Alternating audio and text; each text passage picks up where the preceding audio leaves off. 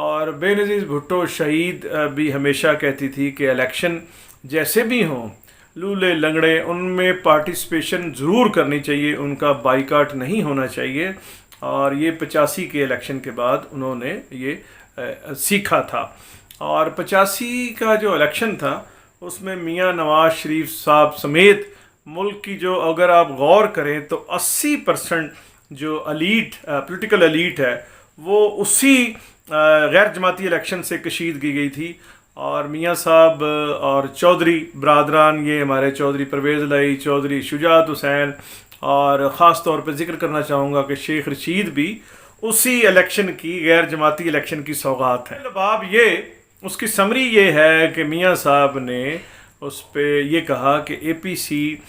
کے حوالے سے یہ کہا کہ جو اے پی سی کی جو جماعتیں ہیں وہ جو ایجنڈا طے کریں گی حکومت کے خلاف، تبدیلی حکومت کے خلاف، اور ساتھ میں میاں صاحب نے اپنے کہے کو پھندنا لگایا کہ ملک کی بقا کے لیے اور جمہوریت کی بقا کے لیے اور ملک کی خوشحالی کے لیے اور ملک کے مستقبل کے لیے اور آنے والی نسلوں کے لیے جو ہے وہ اے پی سی اور اے پی سی میں شامل جو جماعتیں جو فیصلہ کریں گی، نون لیگ اس سے 1 انچ بھی پیچھے نہیں ہٹے گی، اور نون لیگ کا ساتھ جو ہے انہیں حاصل رہے گا، میسر رہے گا۔ ساتھ جو ہے میاں نواز شریف صاحب نے اے پی سی میں تقریر کے بعد اپنا ٹویٹر اکاؤنٹ دوبارہ کھولا ہے۔ پہلے وہ بات نہیں کر رہے تھے اور ٹویٹر پہ نہیں آ رہے تھے اور خاموش تھے،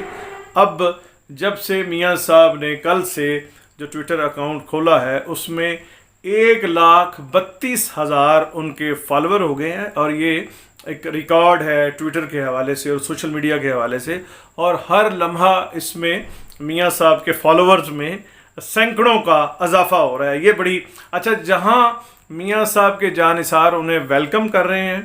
وہیں ان کے مخالفین جو سیاسی مخالفین ہیں میاں صاحب کو ٹف ٹائم دے رہے ہیں، بلکہ میں کہوں گا کہ واہیات قسم کے ٹویٹ بھی دیکھنے میں آ رہے ہیں۔ دیکھیں، ہونا یہ چاہیے کہ میاں صاحب ہوں یا کوئی صاحب بھی ہوں، ان کو آپ ان کی مخالفت کرتے ہوئے یہ نہیں لگنا چاہیے کہ ان کو گالی دی جا رہی ہے، کیونکہ میاں نواز شریف صاحب کو لائے تو ہمارے یہ مہربان تھے۔ مجھے یاد ہے ضیاء الحق صاحب کے سر سیرا ہے میاں نواز شریف صاحب کو سیاست میں لانے کا، اور ان کے میں سمجھتا ہوں کہ کولمبس جو تھے وہ جنرل اقبال تھے جو کور کمانڈر تھے لاہور کے۔